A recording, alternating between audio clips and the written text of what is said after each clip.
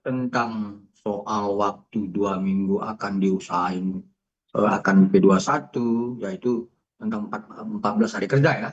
Itu saya pikir kami dari kuasa hukum pelapor, Dr. Reza Gladys, belum bisa berkomentar terhadap itu. Tetapi begini, eh, terhadap pengembalian berkas yang pertama dengan kode P19 dan PN1, sekarang yang 30 hari sampai dengan tanggal 2 Juni kalau nggak salah ya.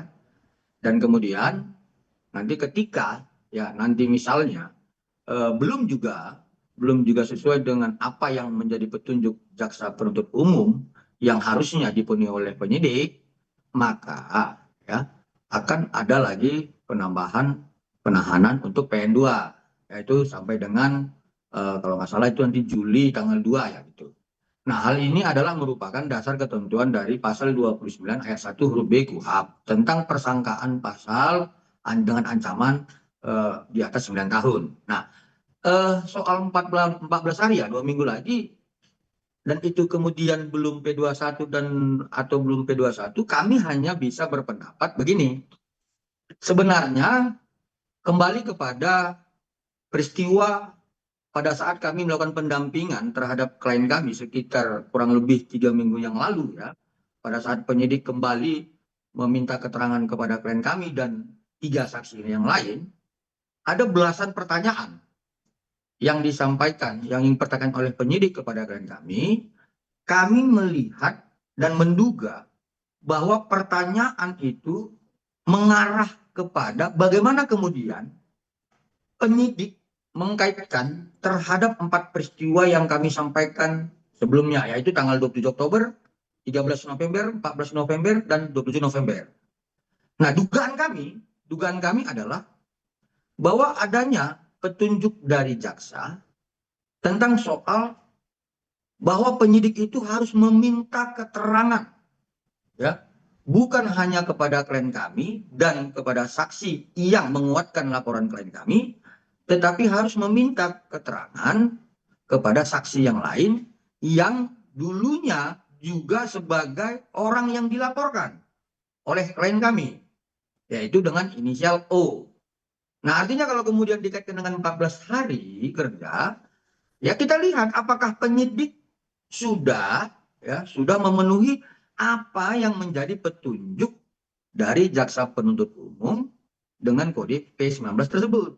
Tapi kalau kemudian belum keseluruhan dengan belum utuhnya penyidik melengkapi berkas sesuai dengan petunjuk jaksa yang kami duga ya, kembali ya, yang kami duga harus dikaitkan dengan saksi yang lain yang juga masuk di dalam laporan klien kami, maka ini akan berlanjut kepada penahanan lanjutan untuk PN2. Seperti itu, Mbak Ira. Ini saya sebagai kuasa hukum kan tidak perlu melakukan apa-apa terhadap itu. Tetapi saya hanya tetap berdiri kokoh di dalam ajas hukum formil kita.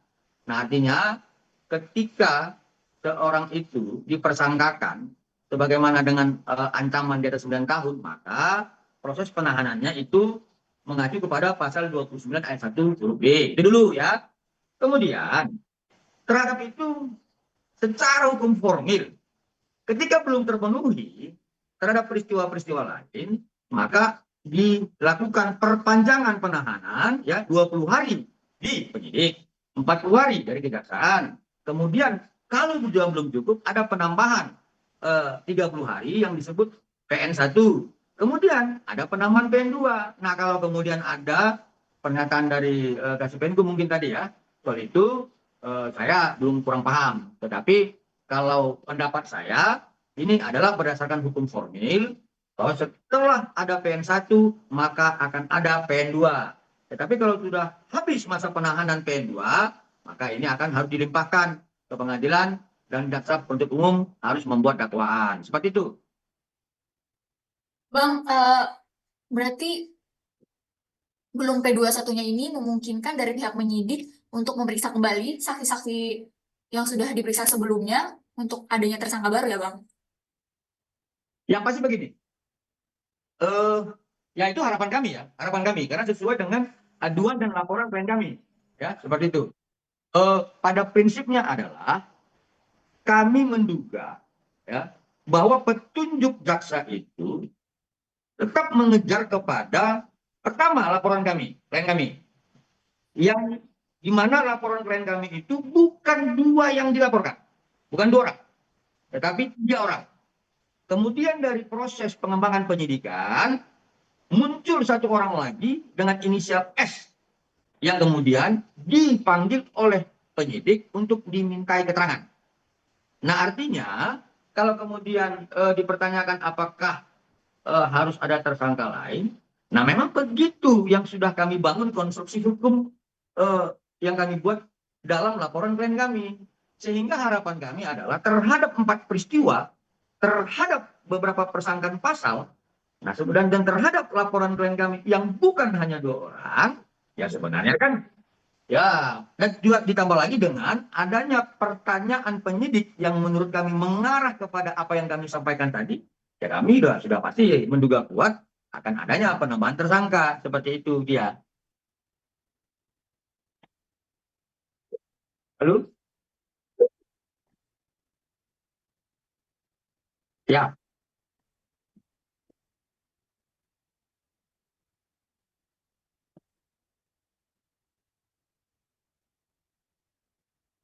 kalau sampai dengan 2 Juni belum juga P21, maka secara ketentuan hukum formil akan ada penambahan masa tahanan 30 hari lagi, yaitu dengan istilah PN2 sampai dengan 2 Juli. Karena ancaman persangkaan pasalnya ini kan ancaman hukumannya di atas 9 tahun. Jadi secara otomatis, bukan artinya gini, bukan upaya hukum lagi yang harus kami lakukan, tapi ini secara otomatis. Kalau belum P21 sampai dengan PN1 berakhir 2 Juni, maka PN2 dilanjutkan masa penahanan 30 hari lagi. Nah, tapi kalau sampai dengan 30 hari lagi penambahan dengan istilah PN2 belum juga dipenuhi oleh penyidik terkait seluruh konstruksi petunjuk dari jaksa, maka ini dilimpahkanlah kepada pengadilan. Seperti itu. Dengan adanya penambahan masa tahanan dengan PN1 itu untuk PN2-nya secara otomatis akan berlanjut ya. Soal itu diajukan oleh siapa itu adalah kewenangan penyidik ya, seperti itu. Tapi itu bukan dari kewenangan kami. Ya, sekali lagi itulah kewenangan penyidik, tapi kemudian itu bukan upaya kami sebagai penasihat hukum, tetapi itulah aturan main dari hukum acara kita. Nah, seperti itu.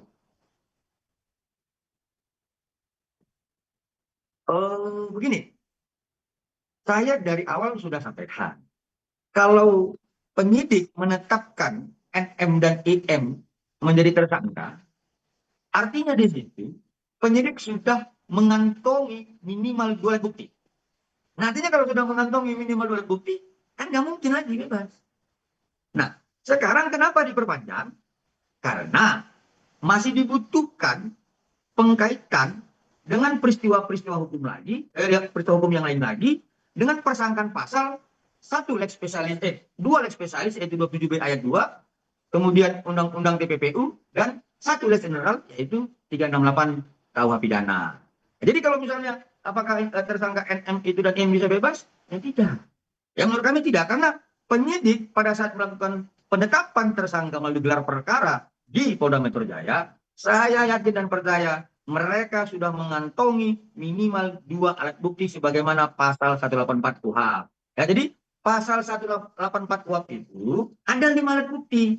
Ya, pertama ada saksi, kemudian ada keterangan ahli, kemudian ada petunjuk, kemudian tentang jurat dan sebagainya. Satu lagi terdakwa. Terdakwa itu nanti di pengadilan. Nah, jadi dalam proses penyelidikan dan penyidikan, kenapa kami yakin bahwa penyidik sudah mengantongi minimal 2 alat bukti? Karena kami sudah menyajikan 4 alat bukti yang menurut kami sudah merupakan alat bukti yang sah yang digunakan oleh penyidik untuk melakukan penetapan tersangka terhadap NM dan IM. Seperti itu.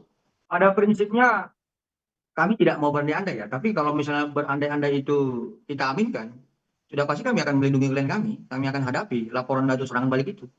Tidak mungkin kami akan berdiam diri sebagai kuasa hukum.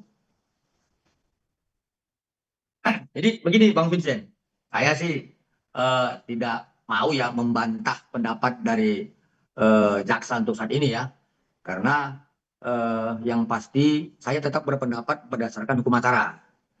Nah, artinya mungkin saja Bang Vincent, mungkin saja kalau kemudian tadi ada dari pihak Kejaksaan Tinggi mengatakan bahwa di tanggal 2 Juni akan bebas demi hukum, mungkin beliau lupa bahwa ini masih PN1, seperti itu.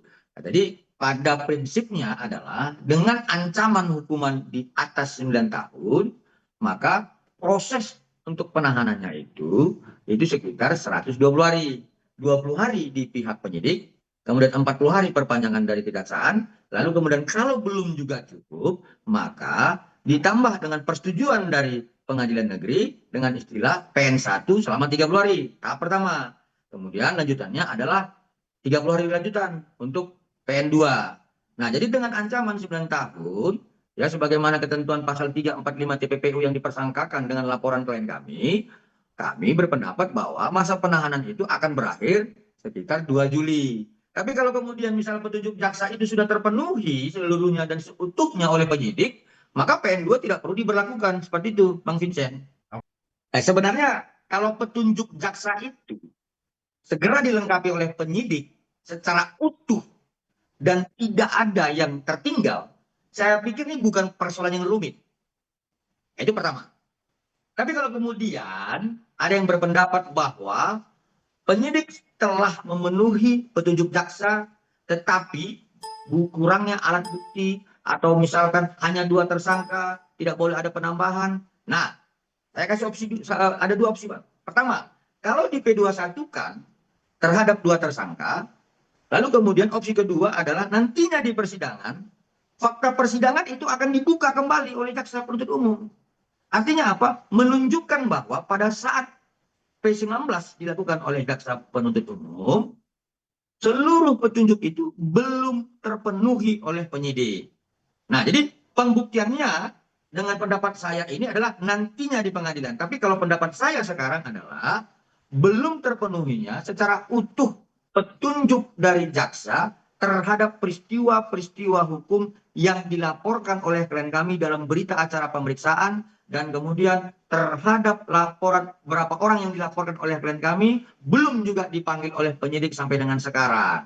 Nah, tapi kalau ini Bang Bejan ya, kalau nanti setelah saya berbicara ini dan Kasih Penkum berbicara, lalu kemudian nanti penyidik memanggil 2 orang saksi itu dengan inisial O dan inisial S, saya pikir clear, Bang Vincent. Clear. Saya pikir clear, itu aja Bang. Soal apakah 4-4-nya nanti Bang, itu nanti kewenangan penyidik. Yang pasti kalau kemudian setelah saya bicara dan Kasih Penkum berbicara, besoknya atau kapanpun nanti dalam PN1 ini penyidik memanggil 2 orang saksi itu yang inisial O dan inisial S, maka clear. Clear P21 dan ada 2 tersangka baru gitu maksudnya. Kayaknya clear Pak. Jadi pada intinya ini nggak rumit Pak, nggak rumit. Tetapi bagaimana kemudian penyidik secara utuh memenuhi petunjuk jaksa. Yang salah satu dugaan kami adalah belum memanggil inisial O dan inisial S untuk dimintai keterangan. Seperti itu, Bang Vincent. Saran tembak sih kita belum bisa ke sana, Bang. Tetapi hanya sebatas pada saat keterangan klien, pada saat penyidik mempertanyakan kepada klien kami sekitar 3 minggu lalu, kami berpendapat bahwa harus ada pemanggilan terhadap 2 orang saksi lagi. Karena klien kami dan saksi yang dihadirkan oleh klien kami juga dipertanyakan tentang soal 2 saksi yang lain yang sampai dengan sekarang belum dipanggil oleh pihak penyidik. Seperti itu Bang Vincent. Saya yakin berdasarkan penetapan tersangka Bang, minimal 2 alat bukti sudah terpenuhi. Nah, jadi jangan kita nanti ada pendapat rekan-rekan saya ini kurang alat bukti, ini kurang begini dan sebagainya. Yang pertama, ya harus dipahami dulu pasal 39 KUHP tentang barang bukti, kemudian dipahami dulu tentang 18 KUHP tentang alat bukti. Dan saya yakin tentang 2 tersangka itu sudah terpenuhi oleh penyidik, Bang. Tinggal sekarang kembali lagi. Tinggal bagaimana penyidik memanggil 2 orang saksi lagi. Seperti itu, Bang Vincent. Oke. Jadi begini, Bang Vincent. Pertama sekali kita harus mengacu kepada, ya saya belum secara resmi mendapatkan informasi ya dari pihak penyidik maupun klien kami tentang apa yang Bang Vincent sampaikan tadi ya, tetapi kami sudah melihat di media sosial tentang adanya kuasa hukum dari NM melaporkan seseorang ya, dalam ini lidik dan terlapor seperti itu. Nah, yang perlu kami sampaikan adalah begini Bang Vincent. Dengan persangkaan pasal 31 dan pasal 32 Undang-Undang Nomor 1 Tahun 2024 tentang perubahan kedua Undang-Undang Nomor 11 Tahun 2008 tentang ITE, ada di pasal 5 disebutkan, Bang Vincent, bahwa informasi dan dokumentasi elektronik itu adalah merupakan alat bukti yang sah. Itu pertama. Nah, yang kedua, ada juga beberapa jurisprudensi yang kami perlu sampaikan di sini, dan salah satunya adalah putusan Mahkamah Konstitusi nomor 20 tahun 2016 tentang bahwa yang dinamakan penyadapan intersepsi sebagaimana pasal 31 Undang-Undang ITE tersebut adalah salah tahapannya membelokkan, mengedit, merekam, kemudian mengubah. Nah, artinya ada tahapan di situ, Bang Vincent. Nah, yang ketiga mau kami sampaikan adalah bahwa rekaman yang kami yang disajikan oleh klien kami di dalam proses laporan penyidikan dan sampai dengan penetapan tersangka dengan inisial NM dan EM itu adalah sebuah rekaman tentang pembuktian bahwa adanya dugaan tidak pidana.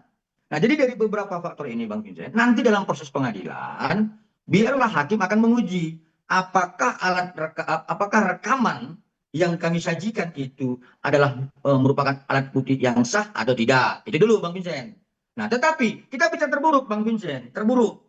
Seandainya majelis hakim menganggap itu bukan adalah alat bukti yang sah, kita kan mempunyai alat bukti yang lain, seperti saksi, saksi ahli, petunjuk, surat, kan kita sudah sajikan.